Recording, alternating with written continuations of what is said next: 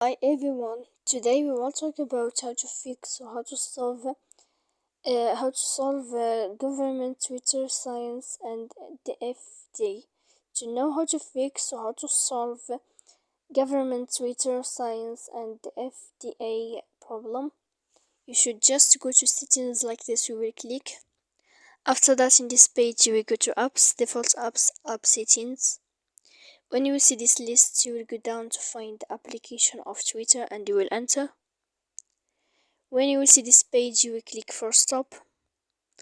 After that, you will enter to storage. When you will see this page, you will click clear cache.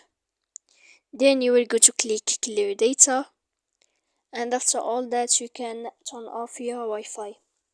So please don't forget to support us by like and subscribe. See you next time in another video and thank you for watching.